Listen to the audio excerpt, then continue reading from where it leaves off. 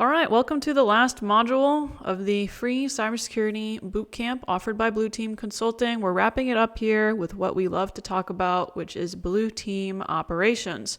The module agenda for this mod is going to be starting out with vulnerabilities. We'll move into methodology and terminology. We'll have section 3 cover network items of interest. We'll talk about encryption and public key infrastructure.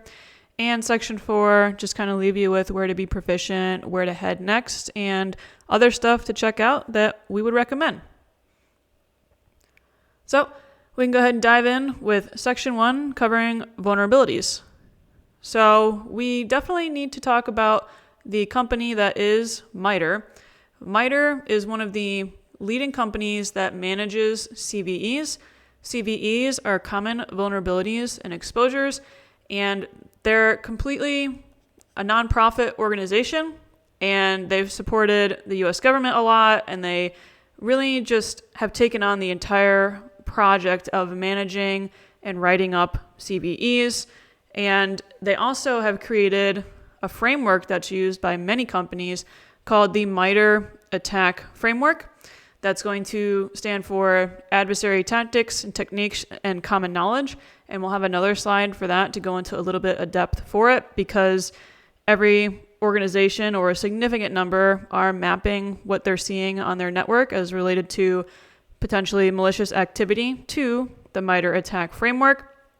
It's used to develop threat models, security assessments, and defensive security controls. MITRE CVE program closely integrated with the framework, and provides a comprehensive approach to identifying and addressing security vulnerabilities. CVEs are assigned to specific vulnerabilities and can be used to track remediation efforts and improve overall security posture. I would definitely go ahead and check out MITRE on their website or the ATT&CK framework at attack.mitre.org. Diving into a bit more in depth for their ATT&CK framework, just breaking out what it stands for, I would definitely know the MITRE ATT&CK framework. I would go to attack.mitre.org and be familiar with their attack matrix for enterprise. At the top, it has all of the different tactics. So you can see here, this column is for the tactic of reconnaissance. This one's for initial access, persistence, defense evasion, discovery, cred access, lateral movement. It goes on for all of the different tactics that they have. And then the techniques, if you can see, it lists out there are 10 techniques beneath the one tactic of reconnaissance. And it will break out all of the different techniques that fall under the behavior of someone performing reconnaissance. So if we just take a example here, something we've already talked about, we can grab this one right here for phishing. Phishing is a technique used to gain initial access. So the tactic that the attacker is performing is initial access. They're trying to gain an entryway into your network or organization. And the technique they're going to do that with is phishing. If they don't want to do phishing, they can do any of the other techniques in here: drive-by compromise, exploit a public-facing application. All of these different techniques would fall under initial access. So I would definitely go be familiar with this, maybe know a couple of different tactics by name. I think there's 12 total, and understand how to read the chart. If you were to go into any of these techniques and click into them, they'll give you a description, and they'll give out the tactic like number and association that's mapped to whatever technique you're looking at, and it will give you a letter numeric notation for the tactic and technique that you're looking at.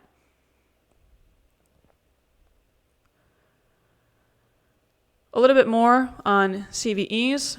These are all published publicly. Anyone can access them and find out if their machine is potentially vulnerable or suspect to that CVE.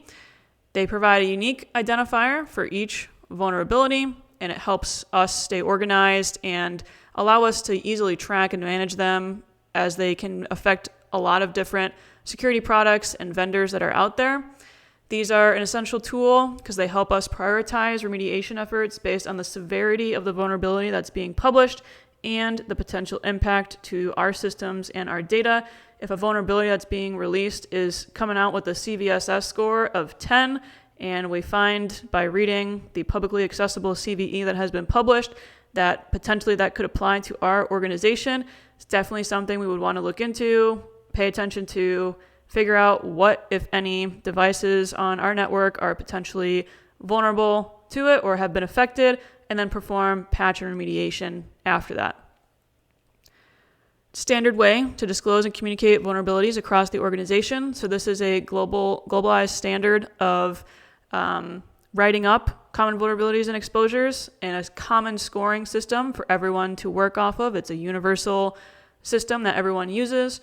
And obviously, as we talked about, it's managed by MITRE, and they work very closely with vendors, security researchers, other stakeholders to ensure that these vulnerabilities are properly identified, tracked, and addressed in a timely manner. The other thing that I've highlighted in blue here is the CVSS score. This stands for Common Vulnerability Scoring System. This is the framework for assessing and rating the severity of security vulnerabilities.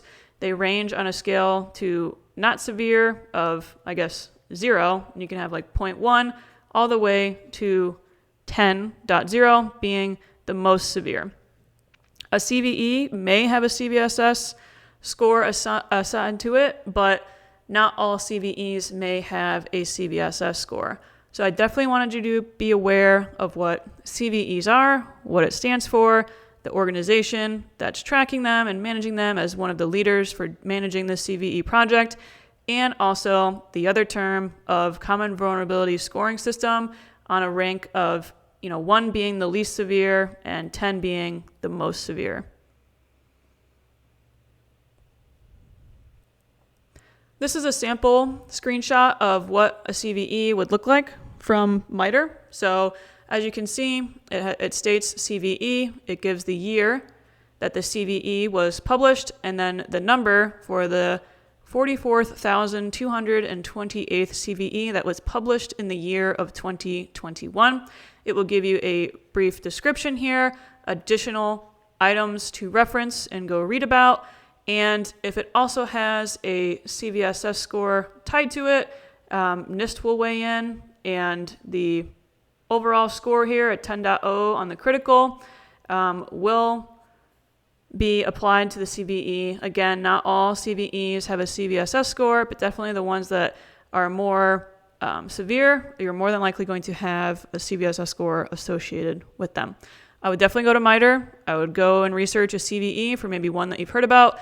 This one is for Log4j or Log4Shell that came out in 2021. Definitely sent a lot of panic through the security industry, and we're still patching and remediating this CVE at the time of this recording, April 22nd, 2023. We're still working to patch and manage CVEs. Just because they're out there and they are vulnerable, not every organization has a great patch management and remediation solution in place. So they're still applicable, even if they're published a few years back. We want to talk about vulnerability scanning tools that are out there and patching. Since we're talking about CVEs, CVSS scores, how do we arrive to find out if one of our machines is vulnerable? Well, your organization may have one of the leading vulnerability scanning tools available to you. Qualys, Rapid7, Nessus, OpenVAS, all of these are great vulnerability scanning tools. Open Vulnerability Assessment Scanner.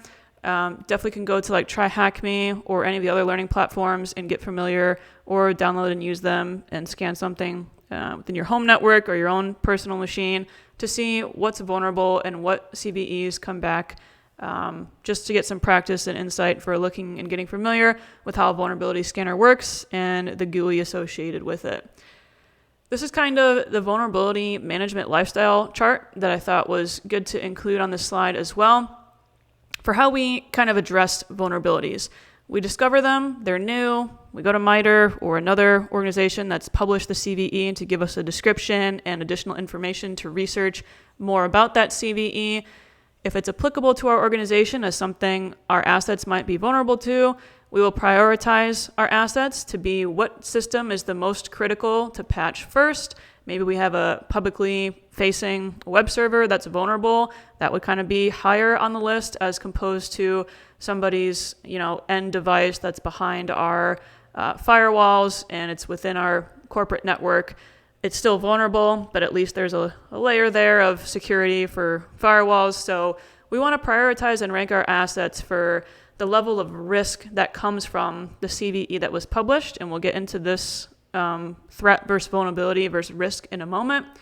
After our assets are prioritized, we can assess to see how they're impacted and how quickly we can actually patch or remediate them. We'll give a report out to say, hey, these are all the assets that we've prioritized, and we assess based on our common knowledge that we have for the company, which ones should be remediated first. Then we'll move into remediation, patching, and we'll issue the security patch that either comes from the vendor that, was affected or leader for the CVE, or a solution for an upgrade to that operating system to then remediate the asset to make sure it's no longer vulnerable to that CVE, and then verify. Maybe we do a red team exercise, or we verify with our internal change management team that's running our patches. If we said we were going to push out the patch on Patch Tuesday at 10 p.m., well, on Wednesday, we should verify that the patch was actually successfully applied and then rescan it with one of our vulnerability scanning tools and verify that the CVE or vulnerability is no longer coming back as reported for that asset. So in its entirety, this chart makes it look oversimplified, like, oh yeah, we just go from discover, prioritize our assets, assess, report, remediate, and verify. It's a framework. Keep that in mind with everything. For how this is going to work in real life production standard operations is rather messy. And there's definitely not enough security professionals that specialize in vulnerability management and threat intelligence, and combining those teams together with maybe your red team operations or your IT operations team to actually push out the patch and remediate it.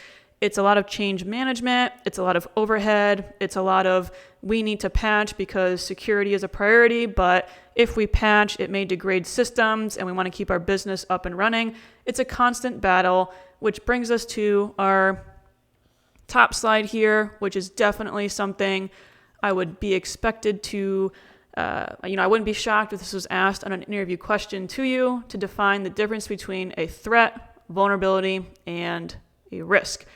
So since we're talking about vulnerabilities, we will always say a vulnerability is a weakness that can be exploited by a potential malicious actor. The threat is the threat actor, the malicious actor. The risk is the threat with, usually vulnerability equals risk.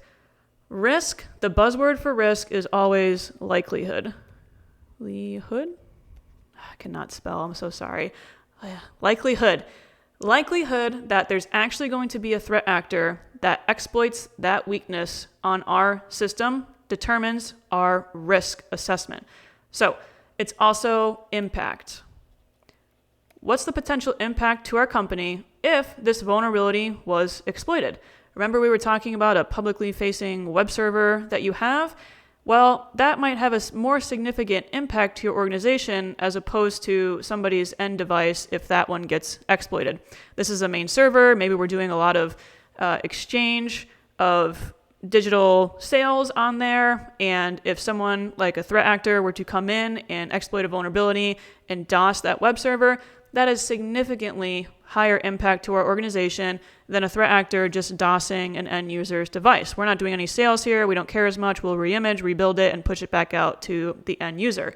So when we're thinking about vulnerability management, we always want to think about the level of risk, which is the likelihood and impact to the organization based off of whatever threat is coming into our organization and whatever weakness is there for the severity of the weakness. There's always the analogy that you have your home and it's always a threat to have a fire.